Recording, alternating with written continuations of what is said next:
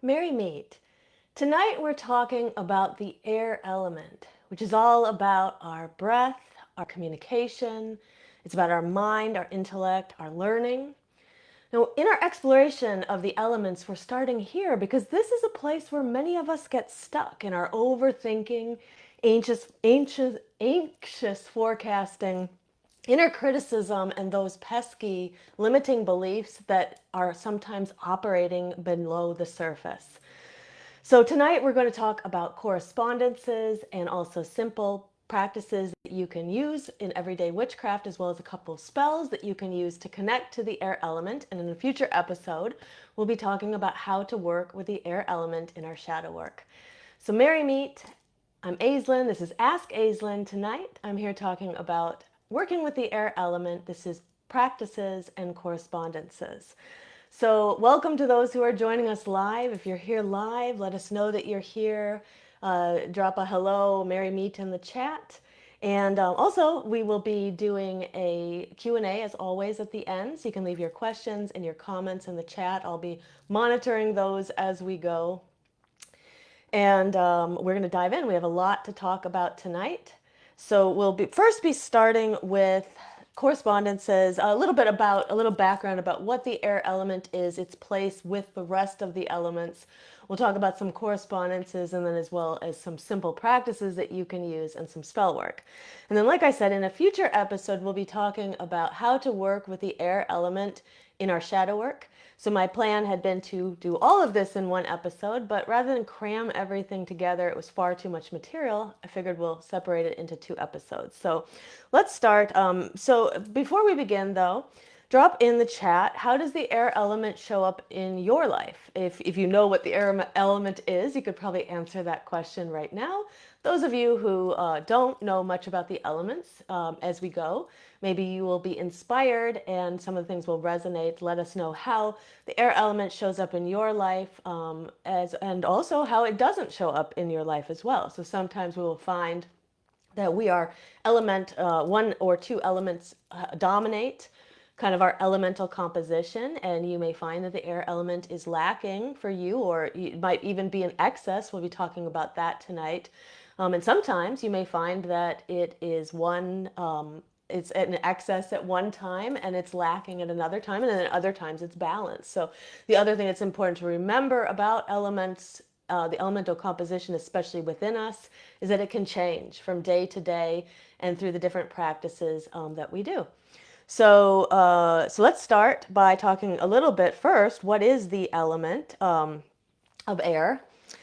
So here's a question for you. Do you ever find yourself feeling scattered or overthinking, having negative thoughts? I mean, who doesn't, right? Having any communication issues. So if you ever find that any of these things kind of plague you, these are signs that the air element is imbalanced. On the other hand, the more positive side of the air element allows us to do the planning that we need, both in the mundane and the magical worlds. It helps us with our learning, it helps us with our teaching. I believe that all of us are both students and teachers, regardless of what we do for vocation. And the air element also helps us with movement, with travel in particular, and with communication. And in this way, on this side of it, with the positive side of the air element, this is when our words are flowing and they're resonating and we're getting our point across. So let us know, do you feel that the air element is balanced in you right now, or do you feel like it's imbalanced? So what is the air element? So the air is all about our mind. So it's about our mind, it's about our breath, it's about our language, and it's about our symbols. And sometimes we forget that the air element is about symbols, and it's actually about the way that we connect to our guides as well as our higher self and even our deities potentially. Because much of the language that comes to us from those beings outside of us comes to us in symbols. And this is communication. And so when we don't have the air element balanced, or we're not focused on that particular element, or we kind of let ourselves become scattered, it becomes more difficult for us to communicate with those beings outside of us, with our guides, with our higher self, and with our deities.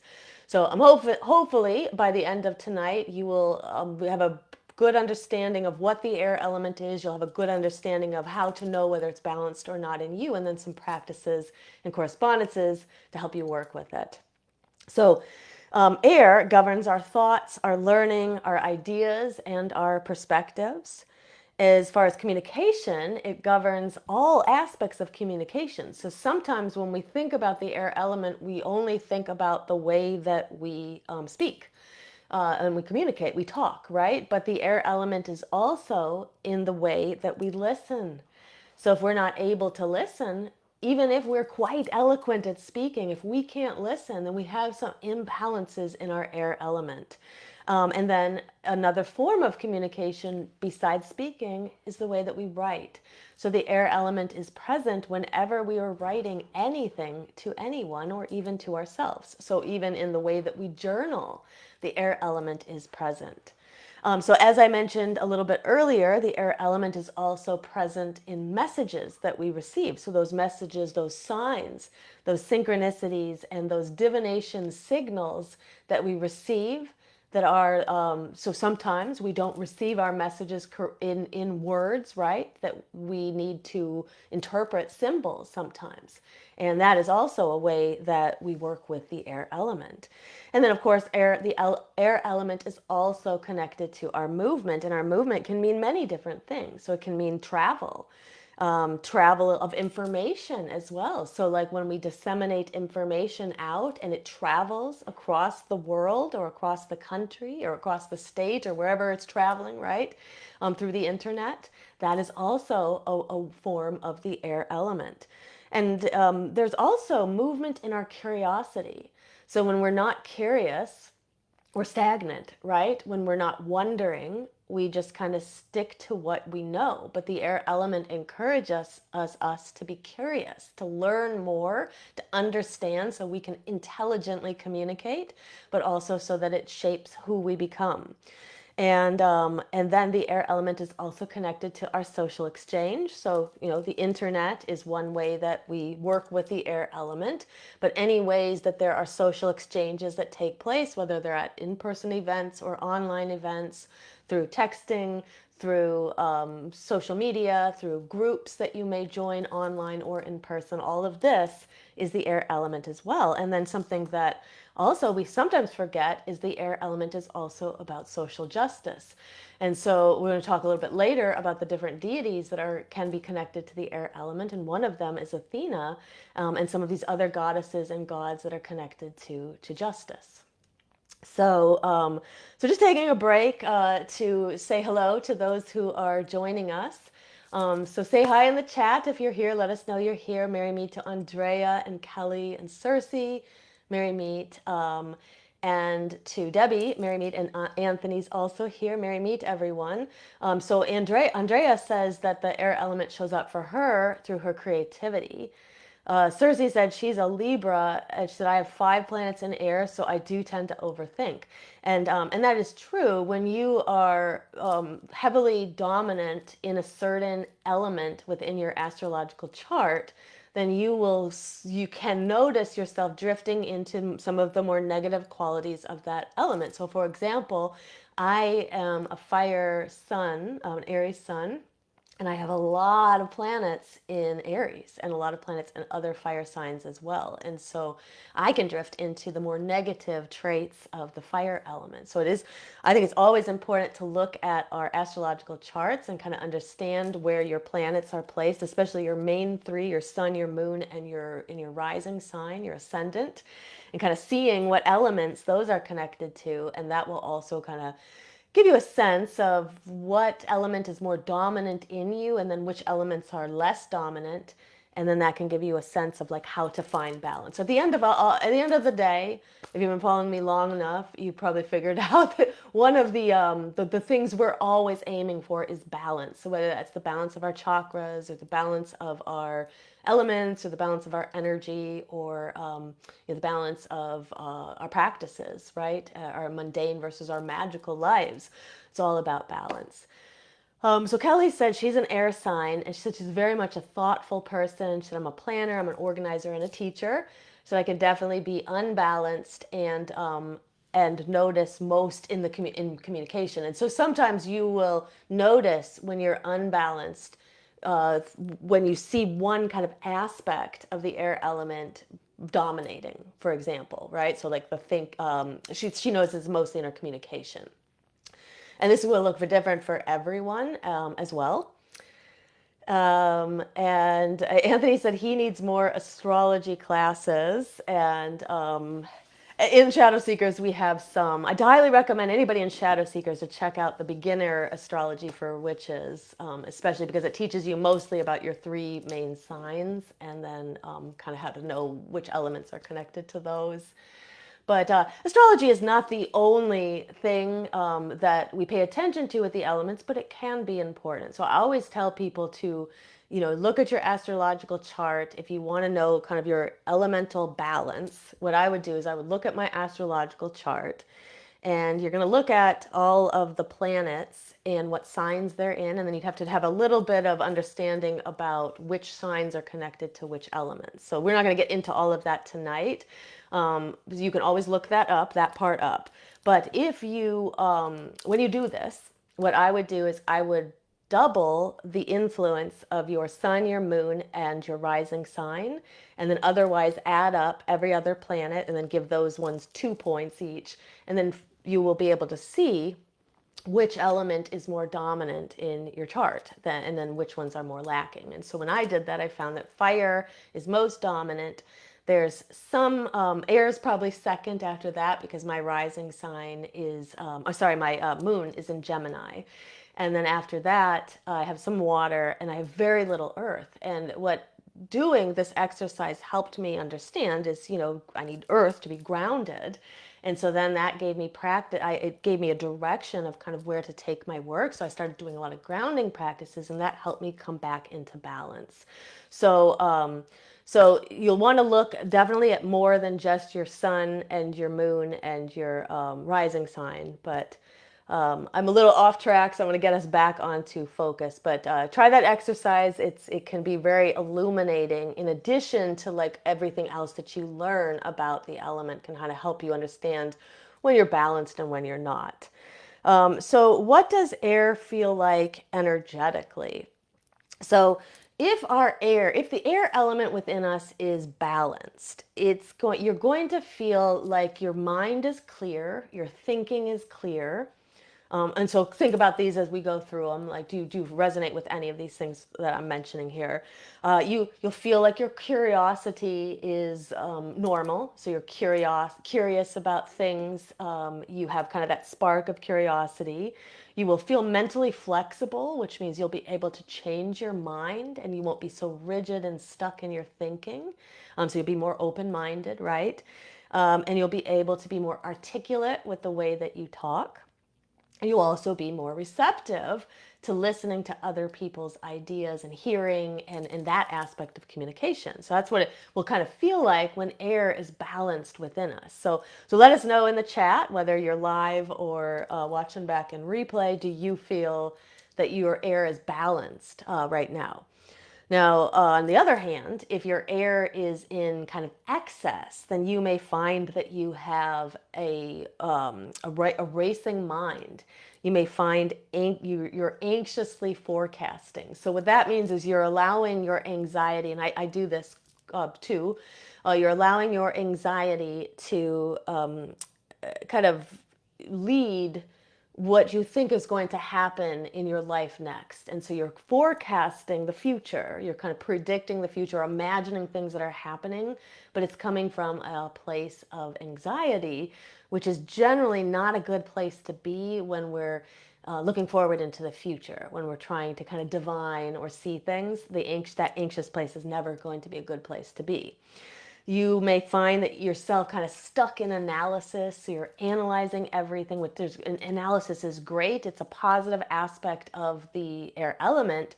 But when we're overly analytical, when we can't let our hearts feel the things, right? If our mind has taken over, then we're going to find that we have an excess of the air element. We may find ourselves being argumentative, which can also be a quality of an excess fire. And honestly, fire and air, they have qualities, they share qualities in common, just the way that earth and water do as well. So earth and water tend to be more receptive. They tend to bring us more internally sometimes, and air and fire kind of tend to amplify us a little bit more. But when we find ourselves more argumentative, especially in our speech, that can be a sign of excess air. If we have insomnia, that will often be a sign of excess air, especially if the insomnia is due to the racing thoughts. And then also doom scrolling, which I am very guilty of recently over the past few weeks, really is giving me some grief.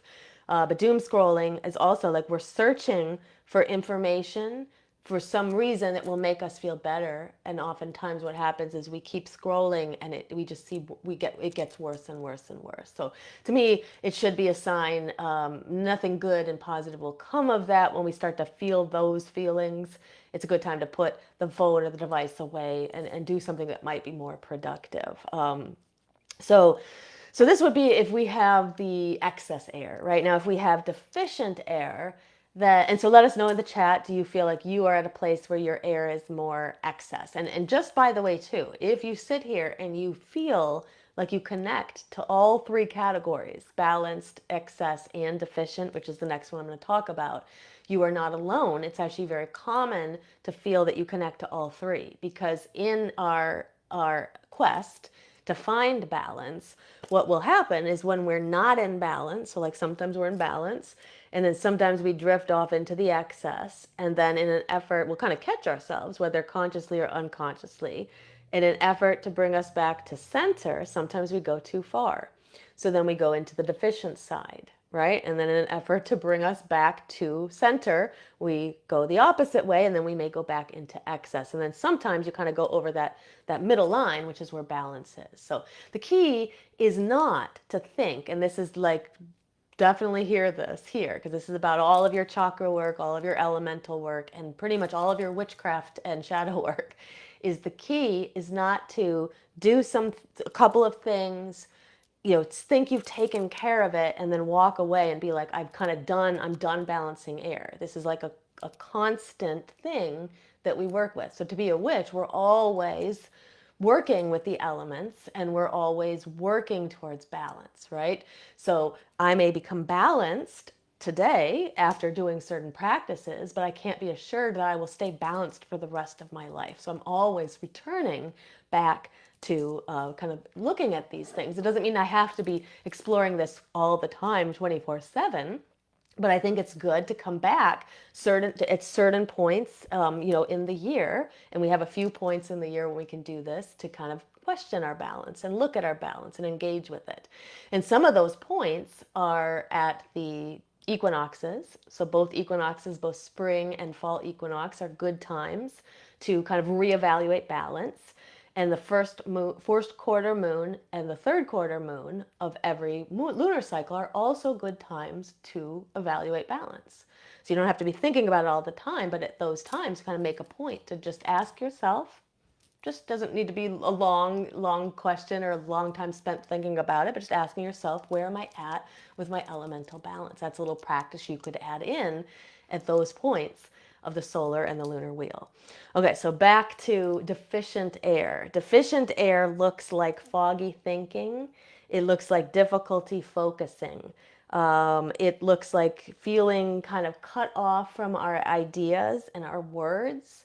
So maybe like sometimes it can feel like too, like the head is cut off from the body, or they're very much separated, or it feels like maybe you have thoughts, but you don't know how to communicate them, or you want to say something, but you're not really sure what it is. Deficient air can be trouble in expressing anything in any way, including your needs. So if you're not able to express your needs, that can show up as deficient air. And also apathy. So just feeling apathetic. Now, apathy can also be deficient earth as well. So sometimes we just get deficient, basically deficiency of any element can look like apathy. But I'll include it in this list with air because it can definitely be, apathy can also be a deficient air element. So like I said, it is common for you to resonate with something on all three of these lists because, again, we're always seeking balance, whether it's unconscious or conscious, and we will overcompensate oftentimes when we get into the deficient. We'll overcompensate and become excess, and vice versa. So it's important for us to remember, I think, that air is not just about our thoughts. It is really, it's like our challenge, our channel and our way to channel our thoughts and allow them to move through us and out into the world. And it's also about the way that we relate to our thoughts. So I'm going to go back into the chat. So let me know, how are you? What are you feeling right now? Do you think that you're balanced? Do you think you're excess air? Or do you think that you are deficient air? Or do you think you're all three? Or are you moving? What do you kind of feel? So Andrea said, she said, I was lacking air, but now I feel like I'm lacking more earth. And then she said winter. She's very strong with water and with fire. So always great. I think that the first step always is the insight when we can say, okay, I can see these are the areas where I'm lacking. I can see these are the areas where I'm strong. And then how am I going to come back into balance, right? So Anthony said, I do that predicting, like the anxious forecasting all the time. Yeah, very, very common. Very common, I think, too, in empathic and energetically sensitive people. We tend to feel a lot, right? And so our anxiety can come from us, but it can also come from outside of us, from other people. And I think that, and we'll talk a little bit more about that later, but for that reason, we can get confused. And one of the things I think that can plague very sensitive witches is, when are the messages coming through really messages, and when are they my anxiety? And so let us know in the chat if you have ever felt that. I know I certainly have felt that, and that has been a big part of my work, is trying to, kind of separate out, when are my predictions real, when am I really intuiting something, and when is this just my anxiety. So the more that we have the elements balanced within us, the more shadow work we do, the more energy work we do, the better we will get at that. But let us know in the chat, is that something that you also experience? So Debbie said, I'm not sure if air is balanced. She said, I think yes right now in the moment, but when I'm anxious, that's going to be a whole other story. Yeah. And that's why I said it's not like kind of a one and done thing. It's the insight, right? So to be able to say, right now, I feel pretty balanced, but I also know that when I get anxious that I won't be. And so then what would we do? Well, we'll talk a little bit later about some of the practices of air, but when we find ourselves drifting out of balance, that's when we would do some of the practices that will help bring us back into balance. Kelly says she is balanced, which is unusual for me at this time of the year. Well, that's great. To me, that shows that you've been doing a lot of good work, and it's paying off, right? To be able to feel balanced, and then to also be able to say, well, usually I'm not. That shows us that you're doing something to get there. So excellent work. Anthony said yes to the doom scrolling. I'm sure others can relate to. Debbie says, she said, I like your idea of why we doom scroll. Makes a lot of sense. Yeah. And I mean, that's what I've been terribly, terribly guilty about it recently. And I started to kind of do some shadow work around it. What's it about? Well, I'm trying to find something that will soothe me, but it's just probably not coming. So what I was talking about in our ritual over the weekend was like, that was something I wanted to work on when I was talking about my own elemental balance. And one of the things I said is, I will, if I notice myself doing it, this was like one of the elemental vows I made. So if I notice myself doing the doom scrolling, and let's say I've been on it for like 5 or 10 minutes, and I notice that, then I will take a break and go and do yoga or breath work or kundalini energy work or something that is going to be more nourishing. And so for you guys, you can insert whatever that is, whatever's nourishing for you, insert that in there. And you will go and you will do that for the time that you did the doom scrolling. So if I doom scrolled for 10 minutes, then I'm going to go do a nourishing practice for 10 minutes to balance out, even better for 20 to balance it out. Because otherwise, I'm sure you can relate that doom scrolling for me, I can be shocked at how long that goes on, and then just think about how that depletes energy, and then doing nothing to like try to compensate for it. Um, and then Cersei said, "Hello, Loki. Yes, he definitely has excess hair. He just walked through. I'm sure he'll be back." Um, all right, so I'm going to go back. So I see people kind of saying different things. Some saying deficient, usually more deficient instead of excess. Some people saying deficient, having Cersei said having an off day today. Um, okay, so and then I see Cersei and Debbie were both saying like Cersei was saying, I'm beginning to see when it's other people's energy. Great. That's a big first step to kind of separating your own energy from everybody else's. And then Debbie said, have an awful problem with absorbing others' energy. Yes. So we're going to talk a little bit more about that. And in next week's episode, we'll be talking more about like kind of the shadow work of the air element. But let's get back in now to the correspondences. So today's episode is really like I said in the intro, I had intended for this to be one episode. I was going to do one episode for every element, and then I was like, there's too much information here. So rather than cram it all in, let's do 2 episodes for each one. So this episode's more about the correspondences, the practices, the spells, like how will you work with the the air element when you notice it needs to be worked with. And then next week's episode we'll pair it with like what are we going to do about the thoughts, the thinking, the negative thoughts. And we'll be doing this for all of the other elements. We'll kind of we'll look at the practices, and the spells and the correspondences, but we'll also look at like each element will show up a little differently in our shadow work, and we have different methods of how to do shadow work with that element and eventually balance all of them. So correspondences. So how do we connect to the air element? Well, probably the simplest way to start is with the direction and with timing. So air is usually connected to the to the direction of east. Now that is not always true. There are some traditions that switch some of the correspondences around. But at least in the tradition that I was trained in, the tradition that I train others in, and probably the majority of witches, east is connected to air. Now, there's many reasons for that. East is where the sun rises. It is the beginning of the day. It is dawn. It is springtime.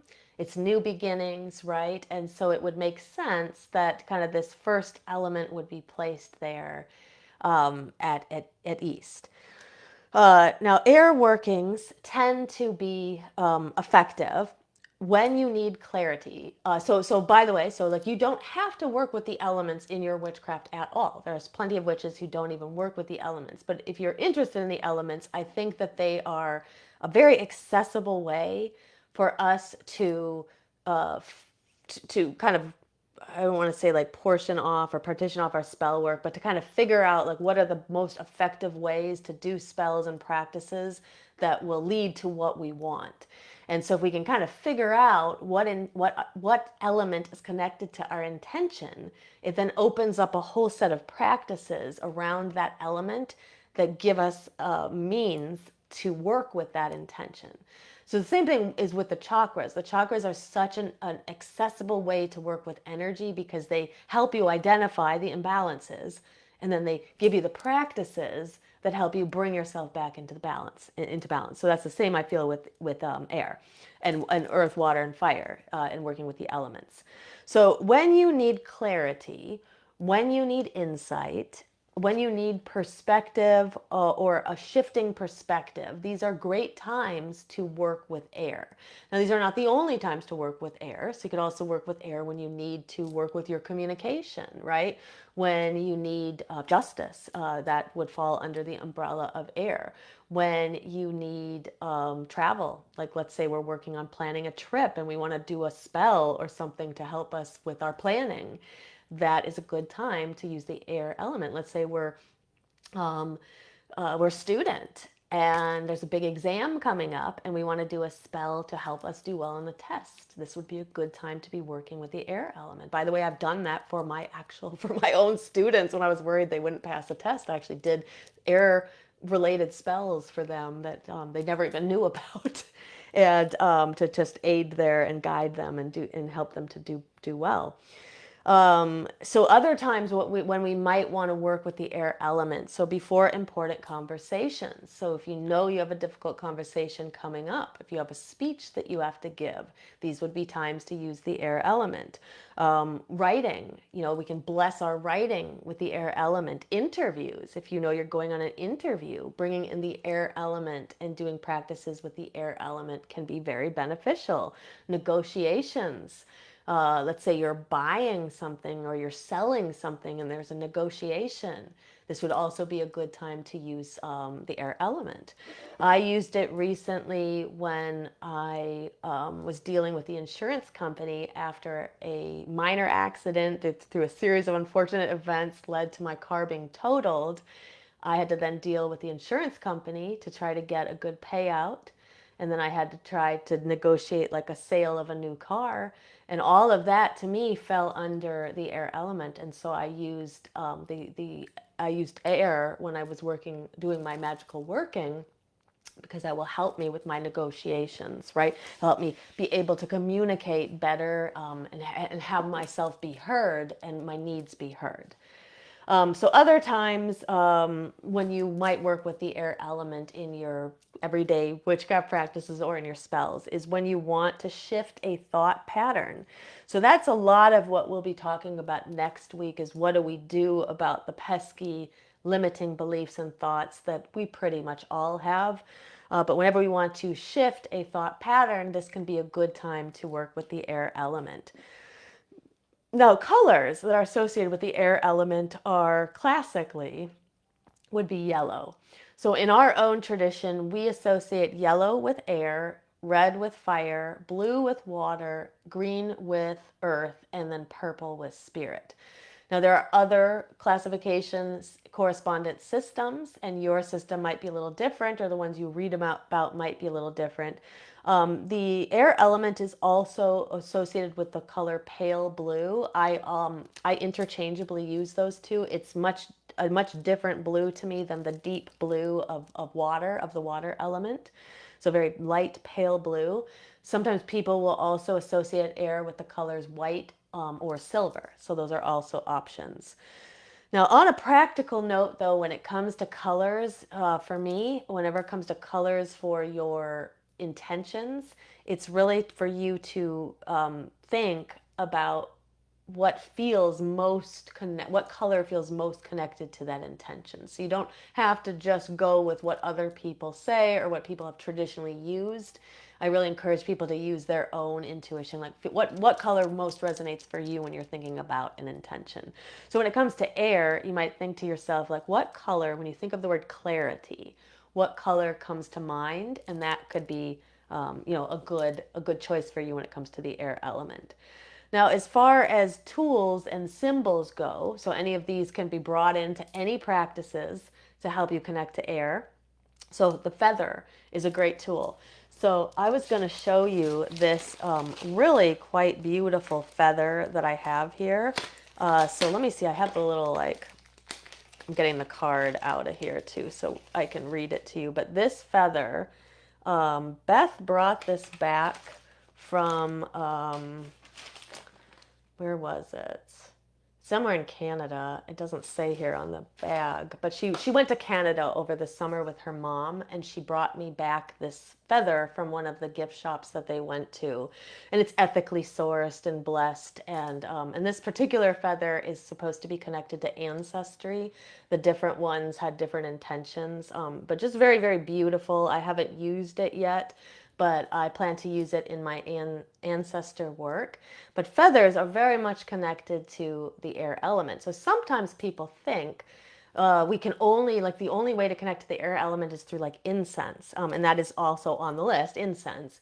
But if you are in a place where you can't burn incense, or you might be allergic to it, or have severe asthma or severe breathing issues, and you can't do that, feathers are always an option for ways to bring in tools that will help you work with the air element.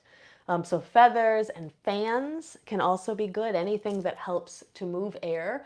I tell people too, just blowing on your hand is a way to conjure up the air element. Things that make noise, so bells and chimes, singing bowls, and your breath in general. So if you don't need any of the tools, because you have the greatest tool of all within you, and that is your breath, and that will help you immediately connect to the air element. So other tools that people sometimes don't think about are the paper and the pen, which are tools of writing. So those are tools of the air element. Books, petitions. So petitions you might write to the gods. And you can use, you can use just plain paper or note cards or things like that, but you can also get fancy, and you can get parchment paper and really beautiful pens, and these can be tools of the air element. Sigils are really, when we burn the sigil, we burn sigils through fire, but the making of the sigil takes words, takes them letters apart, and then puts them back together into a symbol that conveys meaning. And so a sigil is a tool of the air element. Also, our mantras and our affirmations. So to me, the difference between a mantra and an affirmation, the word mantra itself, it comes from Sanskrit, and so the mantras that are in Sanskrit are mantras. Affirmations tend to be in the language of your choice. People will use the words interchangeably. It doesn't matter. We're kind of talking about the same thing, but just technicality, the mantras typically are the ones in Sanskrit. But mantras and affirmations will definitely be tools of the air element. Other things, anything that has like wind imagery connected to it, kites, ribbons, streamers, all of these would be connected to the air element. When it comes to the witch's magical tool, the tool that is generally traditionally connected to the air element is the athame. So this is my athame that I got in New Orleans at a witchy shop there. The athame is usually has a black or dark handle with a double-sided silver blade. This mine has a horse head on the very top of it. Is Epona is one of my goddesses that I work with, but the athame is one of the tools that you can use to work with the air element. You don't have to have a fancy one like this from New Orleans. When I started out, I talked about this in a recent episode. I think I had a steak knife, and I tied ribbons around it. And I got the steak knife from my mom's kitchen when I was first starting out, and that was my first athame. So what else? So let's go on to some more correspondences, and definitely share in the chat, like, what kind of correspondences do you use? What are the tools that you use to work with the air element? When it comes to plants and herbs and incense, incense itself, smoke itself, is connected to the air element. So therefore, any incense, regardless of what herb was used to make it, is connected to the air element. Air and incense and smoke is an air carrier, right? But there are herbs that people associate more with the air element and with clarity in general. So rosemary, lavender. Rosemary is very good for your memory, so right, and your thinking. Rosemary, lavender. Lavender is very calming, so very calming for your mind. Peppermint, lemongrass, and frankincense, and these are just a few. Anybody else have any other air element related herbs? Drop them in the chat. Let us know. We always love to learn from each other. But I just have like little snippets of each of these things so that we, for in the interest of our time. Now, also remember that there are smoke-free options that are connected to air. So again, like sometimes people get sort of fixated and they'll say like, well, I can't work with air because I can't work with incense indoors. I can't work with the air incense at all. I can't burn things. So just remember, the easiest way to work with air is just your breath, right? Blowing on your hand, sound, movement, all of this are ways to work with air. Like I said, you know, the feather, right? That's also a nice tool to work with air. Now, you can also have stones. So, stones themselves, so like incense is connected to air, stones are connected to the element of earth. So, every stone has part of the earth element in it, but there are also stones that tend to be connected to other elements as well. So, for example, clear quartz is sort of like an all-purpose stone. You could make a case for clear quartz pretty much being good for everything. Clear quartz is good for clarity, so it fits well here when we're talking about the air element. Fluorite is one of my favorite stones. I absolutely love it, and it is a very good stone to use for focus, so good for the air element. Citrine is a stone that we will sometimes think about like it's connected to the solar plexus because of its yellow color.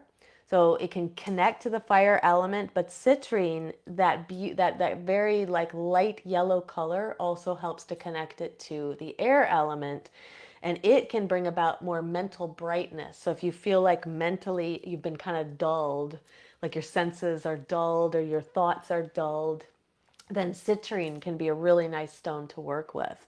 And then blue lace agate, because of its like light blue color, it's very good for communication. And sodalite and lapis are also very good stones for communication. So now they do connect to the throat chakra through the chakra system, but they connect to the air element when we're talking about kind of basic elemental associations. So again, just like with the herbs, drop in the chat if there's other stones you like to use for the air element, because again, we learn from each other, and my lists are a little limited today. Animals. So when it comes to animals, you can also work with animals. So you can work with the physical animals.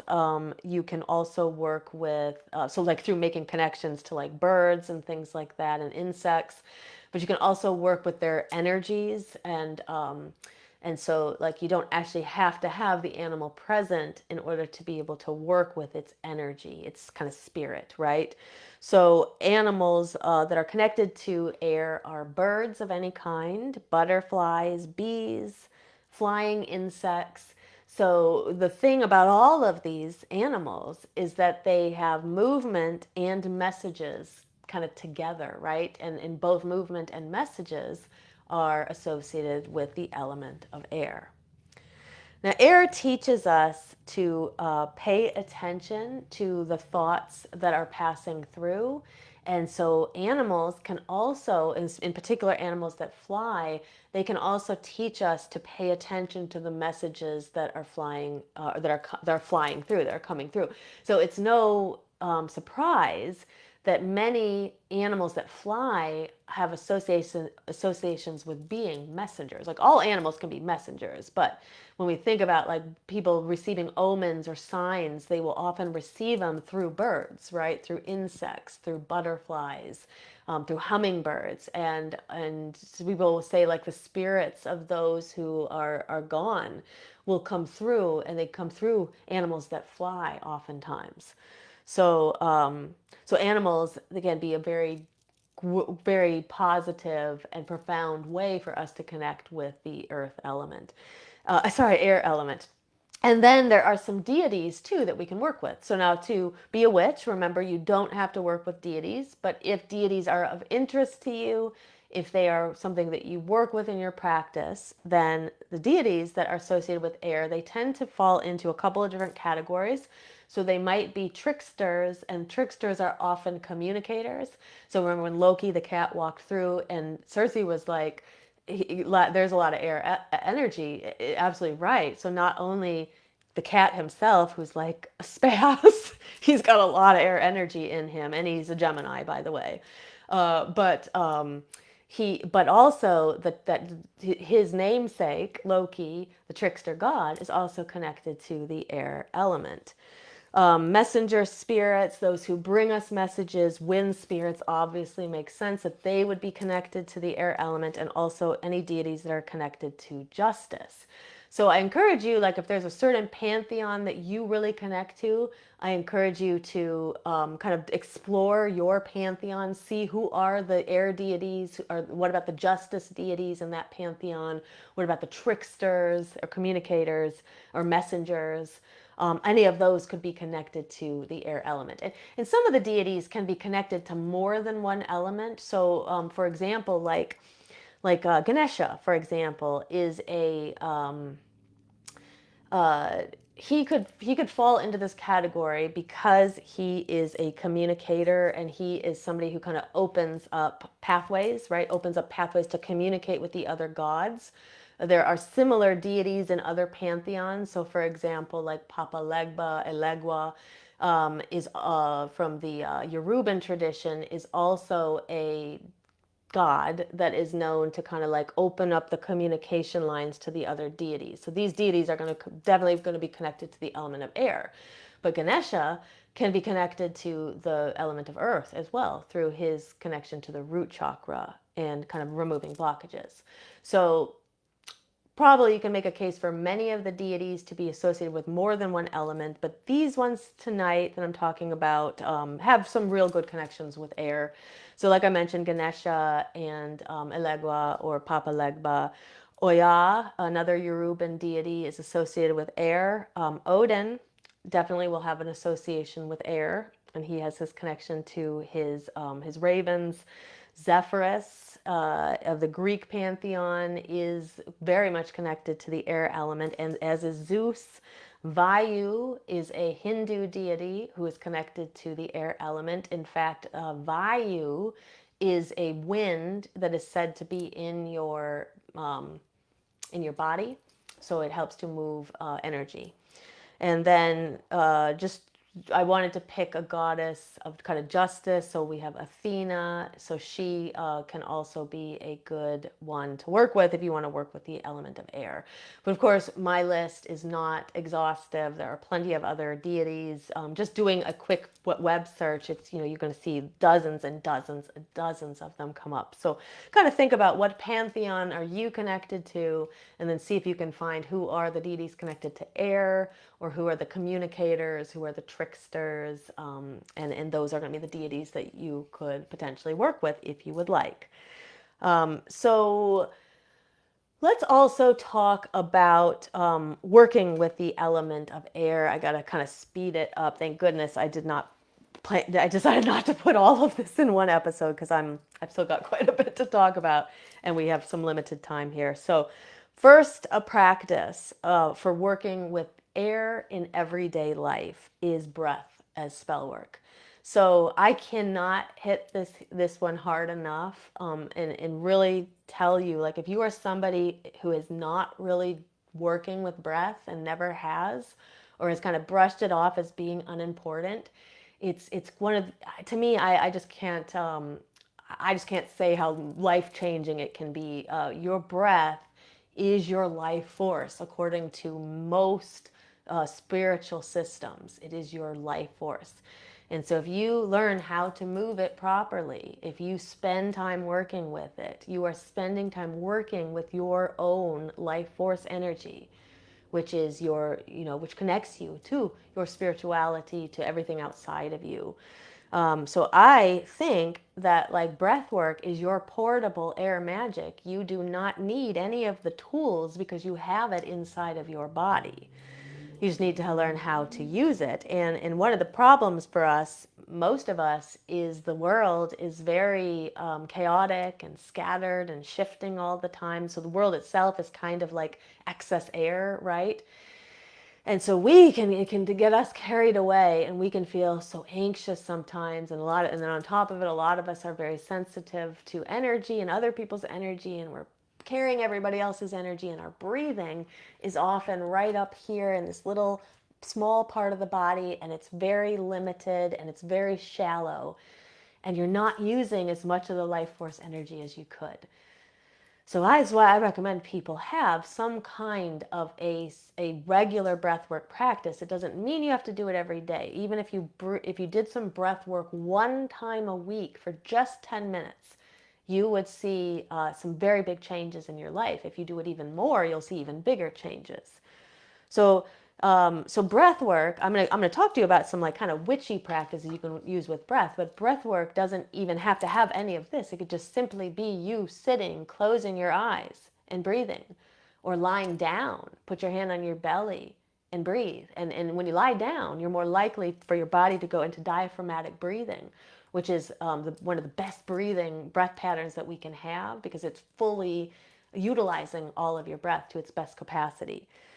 So if you're somebody who's never paid attention to your breath, just maybe this is a message that's saying maybe it's time to think about it, at least paying attention to it. Notice, do you breathe in a very shallow way, or do you feel like you're breathing pretty deeply and pretty normally? After that, we can use breath work. We can change the pattern of our breath. Once we know how we breathe naturally, we can change the patterns of our breath to call in different energies. So we can do really fast breath work patterns that call in the more fiery energies, right? Or we can do slower patterns that will call in those calmer, maybe more watery energies. But all of the breath is connected to the air element. So here is a simple kind of everyday witchcraft practice that you can use that connects to the air element. So what you're going to do is you're going to name something that you want. So it could be anything that you want. For this practice, you could consider naming something that's connected to the air element. So I want clarity, I want calmness, I want focus, maybe I want to find the right words. So name off the thing that you want. And then what you're going to do is you're going to find some kind of breath pattern. So what I recommend doing is you breathe in for a count of 4, hold that for a count of 4, and then exhale for a count of 4. But you can change that pattern. You could do 3, 3, and 3. You could do 4, 2, and 4. You could do whatever you want, but come up with some kind of a pattern that you're going to do for each of the breaths so it's consistent. And then on that exhale, whenever you do the exhale, you're going to imagine whatever it is, whatever that intention is. You can imagine when you breathe in the intention. And then when you exhale, imagine that the mental noise or whatever is getting in the way of your clarity or your calm mind, imagine just leaving you like dust in the sunlight. And when the sun is shining through and you can see the dust, just imagine that just blowing out with every breath that you take. And do this for a minute or two, and then see how that shifts your mind and how you feel.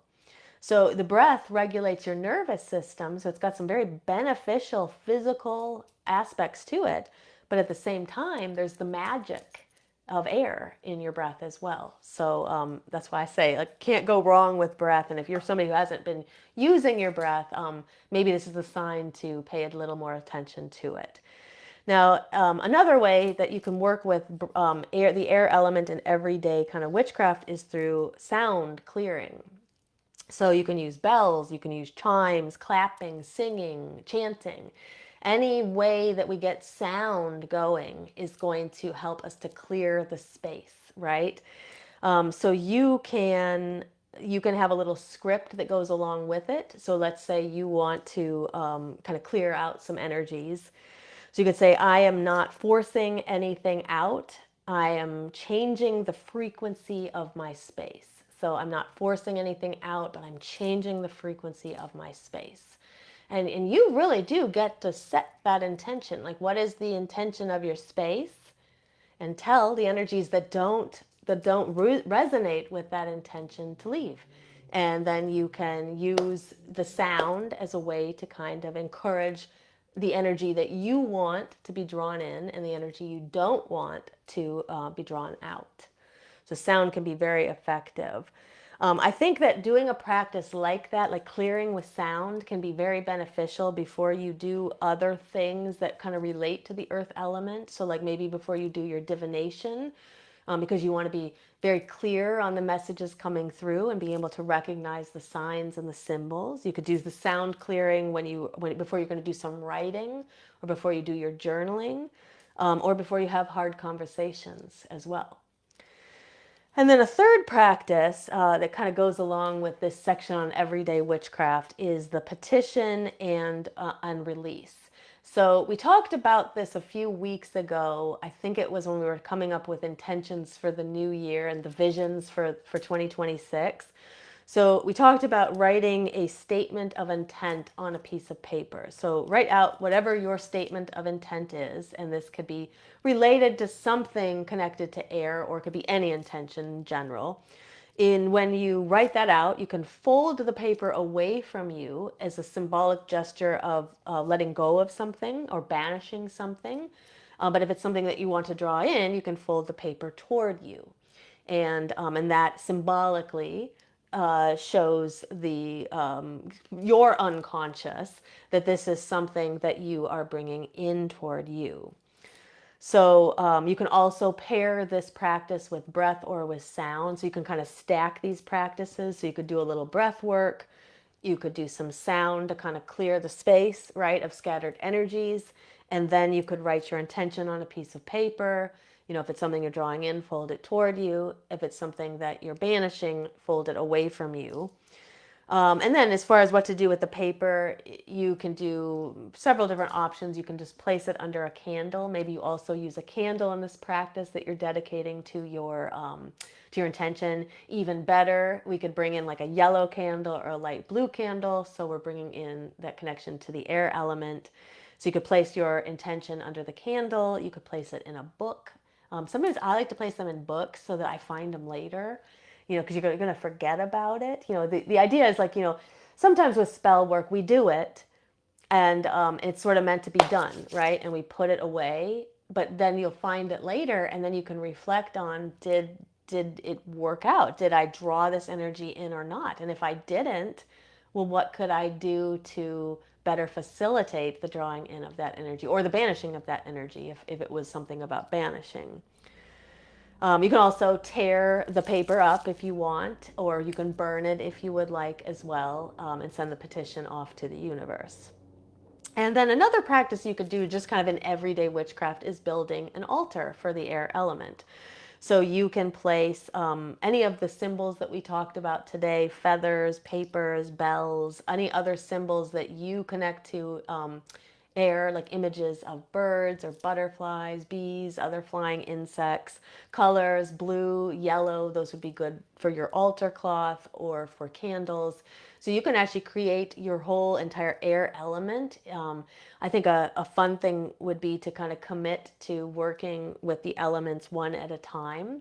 Especially if you're somebody who's never worked with them, or you just want to kind of or maybe worked a long time in witchcraft, but you want like a return to just focusing on the elements, right? And so you could spend a couple of weeks, maybe while I'm doing these episodes, working with the air element, and you could build yourself an air altar, or you could dedicate a space of your regular altar to the air element by just placing a candle on there or a symbol that's connected to air, as sort of like your dedication to this practice, to this work at this time. All of this, all of these symbols, these colors, what it does is it signals to your brain that the energy that we are creating right now is energy we want to create to work with the air element. So let's also talk about some kind of air cleansing and protection practices. So air is not just for insight. We can actually use air for protection as well as for cleansing. So air can be used for boundaries, to create boundaries. And so first, one thing we can do with cleansing is we can open up all the windows. So get some new air, fresh air in, and that allows stagnant air to leave. Very simple practice, but can be very effective. You can even say something like stale energy out and fresh perspectives in, or you can make up one that resonates more with you.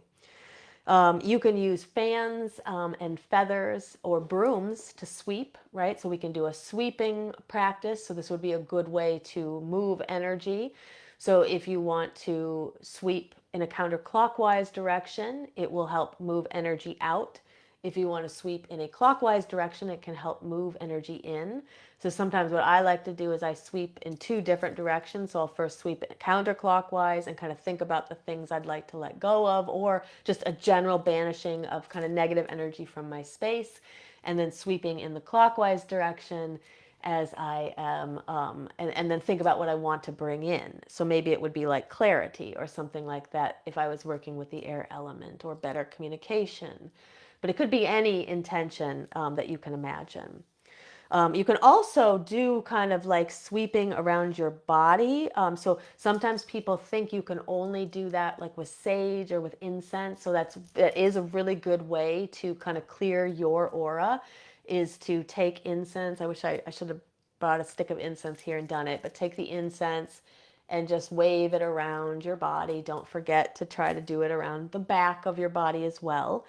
But again, if you can't burn something, a feather can always be a effective way to kind of clear out the energy around my aura, right? And just clearing that out and that space around me, and then using my intention as well to clear out this stuck and stagnant energy and just kind of free up the space around me.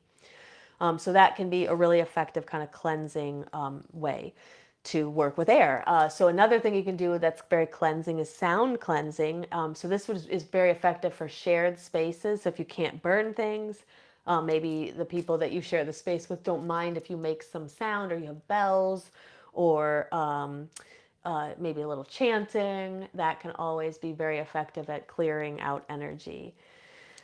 Now, and also too, I should mention that clearing energy through sound and through smoke, through any way, can be very good to clear shared spaces when you're not certain of what kind of energy the other people have, or maybe you are certain of it and their energy is kind of negative and you don't want it. So this could be like for a workspace, maybe you can't light incense, but maybe they don't mind if you ring your singing bowl, or you ring a bell, or you can, even if you can't do any of that, you can just chant under your breath or just in your mind too. And that can be a way to kind of clear out that shared space. Now, protection is another way, another kind of avenue where we can use the air element. So it can be, we could create word boundaries. So sometimes we think about like, protection. um, we can protect our physical space, we can protect our car, we can protect our family and our loved ones and ourselves, our pets. But sometimes we forget to protect kind of like our energy, right? And so one way you can really effectively use the air element to protect your energy is through creating a word boundary. So this is just something that you say, like kind of a go-to phrase that you have that creates a sacred boundary. So what I would recommend doing, and I'll give you a couple of options, but what I would recommend do is finding kind of one sort of short phrase that sort of sums up the energetic boundary that you need to create right now. With maybe there's people who are overstepping boundaries, maybe you have trouble saying no, maybe you're always the one that has all the work dumped on you. So kind of think about like issues that you might have, things you might want to clear out, and then come up with a phrase that you could say, like, no, that doesn't work for me. I need time to think. So sometimes people like will pressure you to make choices, right? It's always okay to say, I need time to think. Or you can say, I'm not available to have this conversation right now, or I'm not available to have this conversation ever. So kind of think about what phrase you need to protect your energy, to create your boundary, and have that kind of ready in your mind, ready to go to when you need it. And sometimes we don't even think of that as being like air protection, but it absolutely is.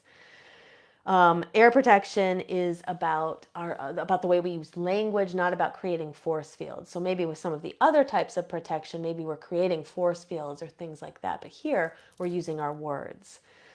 This is also very good for protection for people who are empaths, or people who are overthinkers, or people who are very sensitive to energy. Another thing for you, if you are somebody who is like an overthinker, if you're pretty sensitive to others' energy, here's another couple of tips for you. Not every thought that you have is yours. Just know that. And not every thought that you have is true.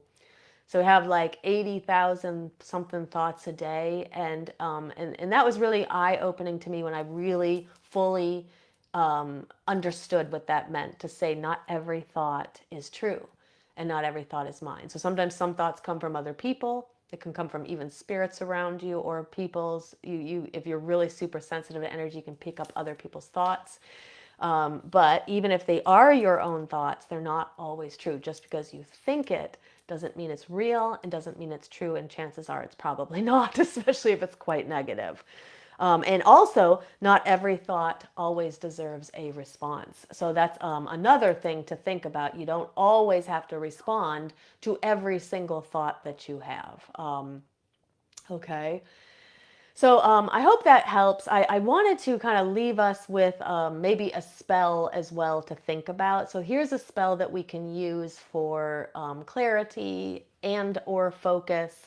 And this is where we can work with a sigil as well. So I had mentioned that earlier, sigils are very much connected to the air element. So the goal with a spell like this is to have a clear mind, have focus, or to find follow through. So especially if you're somebody who has a lot of thoughts, but you feel like you don't follow through with them enough, this spell can be very good for your follow through.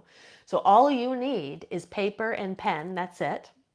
Um, Optionally, you can also have incense if you would like, or a bell, or something else that's like kind of connected to the air element. So what you're going to do is you're going to write a statement related to your intention. And so for the purposes of this spell, related to your intentions of clarity or of focus or something connected to the air element. So kind of think about like, maybe you are somebody who feels very balanced in air, but maybe there will come a time when you're not. And then there's others of you who feel like, air is kind of in balance. So what do you need most when it comes to the air element? What do you think you would need most to come back to balance, to come back to center? And make that be your statement. Or here's optionally one: my mind is clear and focused on what matters. So that would be a really good one for somebody who's trying to bring in clarity. My mind is clear and it's focused on what matters.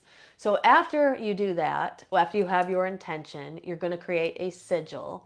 So traditionally, you'll remove the repeated letters. You cross them out. Any letters that are vowels, you will also cross those out. And then whatever is left behind, you will create some kind of a shape out of those letters. You can even take parts of those letters apart. Like D is a line with kind of a semicircle. You can take those apart. You can put them all back together into a symbol. Or alternatively, another really nice symbol for the for something like this would be just like a spiral, like the spiral of air or the movement of air. And so you could do that. Or I suppose you could, like if there are other symbols that you associate with air, you could also have that be your sigil. And then you're going to charge it with your breath. So since we're focused on earth here, or sorry, on air here, we're going to try to use air to charge it. Whereas a lot of times we'll charge a sigil with fire. We'll burn it.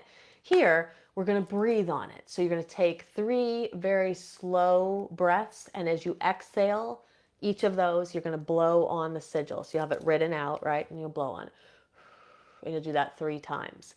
Alternatively, or additionally, you could also then charge it with your bell or your chimes. You could ring your bell 3 times. Or a chime, ring a chime 3 times. And then if you would like, if you want a third kind of way to charge it, you could then bring an incense of some kind, and you could just move the sigil, move the smoke around the sigil. And then you charge it 3 times, once through breath, once through sound, and then once through the smoke or a scent. And then I would place the sigil somewhere where you can see it. So if, especially put it in a location where you are normally like, so like let's say your statement was something like I gave. It was something like, my mind is clear and focused on what matters. And then you can place that by places where you think your mind will become unfocused. So like by your phone, by your laptop, by your planner, but put it somewhere where you're going to see it. So I think it's going to be a really nice little spell. It's really good for students and writers as well. You could tape it inside of your journal if you want, or inside of a book or a notebook where you're going to write. And if you have a lot of anxiety, you could consider shifting the wording to, my mind returns back to the present, because sometimes with the anxiety, it's because our mind's in a lot of times with anxiety, our mind is in the future. And so bringing it back to the present, my mind is in the present.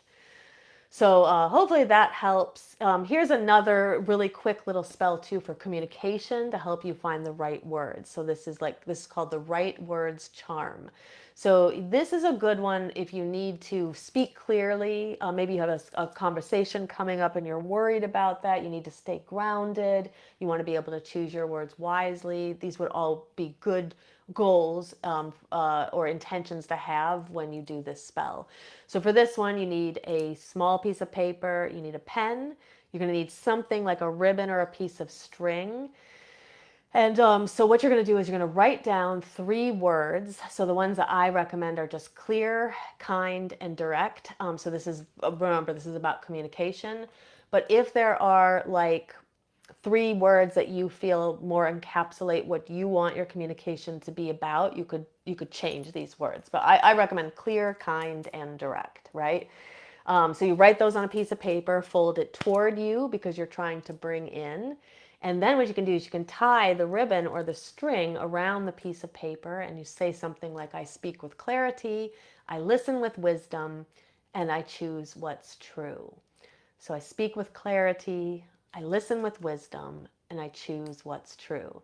And then you can carry this little charm around with you, this piece of paper that you've wrapped with the ribbon, carry it with you when you go to have that conversation, when you go to a meeting, when you go to to your family, if you need that boost of air energy in your conversations with family or other people where the conversation may become difficult. And then you can keep it afterwards. You could just keep this as a charm, or when you feel it's done what it needs to. If it's served its purpose, then you can just tear it up, or just get rid of it. You don't have to carry it with you forever once it's served its purpose. And so just remember too, this isn't about controlling other people in the conversation. It's really about supporting you as a channel so that you speak effectively and so you also listen effectively. So I hope that helps. It's a good thing I didn't do the shadow work part of this episode because we're way over time. So I'm going to I'm going to end here, but I'm going to go into the chat for just a few moments. And I do have like 2 quick questions I'm gonna answer really quickly. So Samantha had asked a question about the cone of power. What is the cone of power? Is it a cone, or the inside of your focus, right? How is during a witch's spell, how does it get conveyed from the witch to the target? So how does the cone of power get conveyed from you to where you're sending it out to? Okay, so for those of you who don't know, the cone of power is a energy that is typically created, and you can create it alone, but a lot of times the books will talk about how to create it with a group of people. So it was like this idea that a coven would come together, they would create this cone of power, and then they would send their energy out to a source.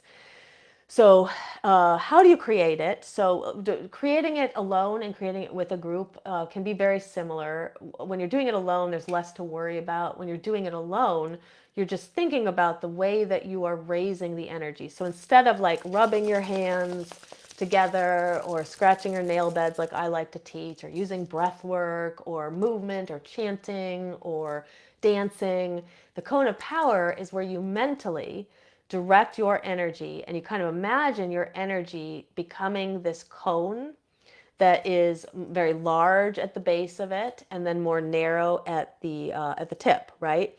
And we imagine directing our energy into this shape. And so you could be doing other movements, chanting, you could be doing other energy raising activities, and then at the same time mentally imagining this cone of energy forming. I like to imagine it like if we were in a circle, like with a coven, we would kind of instruct everybody to sort of think of the same thing. So to imagine that cone of power, you can imagine that kind of building. And so maybe the circle that you are creating either around yourself solitarily or around the group, that is the base of that cone, and then our energy all together is coming up into this one point. And then at a designated time, that like if it was a group, everybody would know the designated time. Or there would be a leader who would kind of get the energy moving, get it building, and then we would all say, okay, and then on the count of 3, we're going to release that energy. And then at the count of 3, you imagine the cone of power kind of shooting off. That's what I imagine it shooting off into the universe. And you can even imagine it kind of making its way to the target. But that is how we have usually used the cone of power within our coven. I will say, like, a very interesting story. I think I told this to you maybe a while back, but there's something called Operation Cone of Power. It's debatable whether it's a true story or not. But Gerald Gardner, who is the founder of Wicca, said that he once came upon a group of witches in a forest who were building a cone of power to try to combat Hitler. And they called it Operation Cone of Power. And they had built this cone of power, and they kind of sent it to him, and with the intention of sort of addling his brain, so it could confuse him, and he would make mistakes, and he wouldn't be able to do all the terrible things that he had planned to do. And they believed at that time that he was coming to attack Britain. And as we know, he never did. And so it's the witches of Britain, these witches who were there at this time, they say it was because of their cone of power. So I offer that for your consideration, as my teacher, Henry Augustine Tate, used to say to me. I offer that for your consideration, no particular reason. But interesting story, right, to tell, especially with this nice question from Samantha. So I hope that helps for those who are wondering about the cone of power. So let me go into the chat, and I've really lost track of time as I was just talking as usual. So if I miss anything in the chat, I will go back later. And I see people kind of resonating with some of the things I was saying, having trouble with absorbing other people's energy. Debbie said, would journaling be to the air element? Absolutely. I think journaling it's a fantastic tool of working with the air element. Let's see. Debbie also said, would oracle readings be air? So I think that, I think that divination can fall under many. So sometimes some practices, they fall under more than one element. I do think that the ability to understand messages, which is what oracle reading is about, is absolutely very much connected to air. So I would say yes, for sure. And then Debbie said, what was the stone that I mentioned for focus? I think it might have been fluorite was the one I mentioned. But let me see here. Fluorite was the one I mentioned. I love that one a lot. It's beautiful purple, and it can also have shades of green in it. Let's see. Cersei said, can I do the Kundalini breath work without the movements because it hurts my back? Absolutely. You can always just do the breath if you want. Absolutely. Yeah. So the movements just add to it, but the breath is powerful on its own as well. Debbie said, each of my walls in my bedroom has an element, so my north wall is the ground, trees, etc. Yeah, that's awesome. I think it'd be really cool too to like paint the walls of the room, or have like tapestries that were the different colors of the different elements. Very, very cool. Anthony said, Palo Santo, is it good as well? I recently found that I enjoy using it. Yeah, absolutely. So sometimes people think that sage is the only thing that you can use for clearing. Palo Santo is very good. With both sage and Palo Santo, we just have to be careful that it's been ethically sourced, because there's a lot of places where it's not. So you just want to make sure that it was ethically sourced, that you have a good place where you know it's been ethically sourced.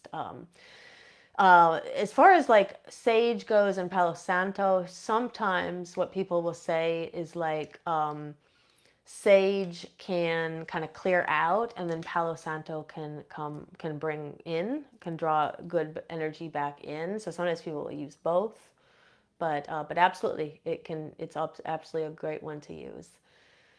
So I don't see any other questions, but if I missed anything, I will go back and I will answer those afterwards. So as always, it's great to spend Tuesday evening with you. This went a little longer than I thought. I thought this was going to be a shorter episode because I broke this one in half. So I apologize for going on and on and on. I guess that's to be expected in an episode about the air element. I talk a lot, so I had a lot to say tonight, I guess. I guess it's exactly as it had to be. But leave a heart, a thumbs up somewhere in the episode. That will help us get this out to the feed of more people. And make sure to subscribe to our Body, Mind, Witchcraft YouTube channel, and this will help us get closer to our goal of monetization this year. Watch some of our past replays. That helps us get closer to it as well. And I'll be back next week. We're going to be talking more about the earth element, but we're going to be focusing on the shadow work. In particular, what do we do about those pesky, limiting thoughts?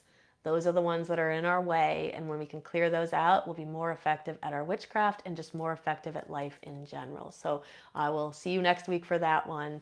And until next time, blessed be.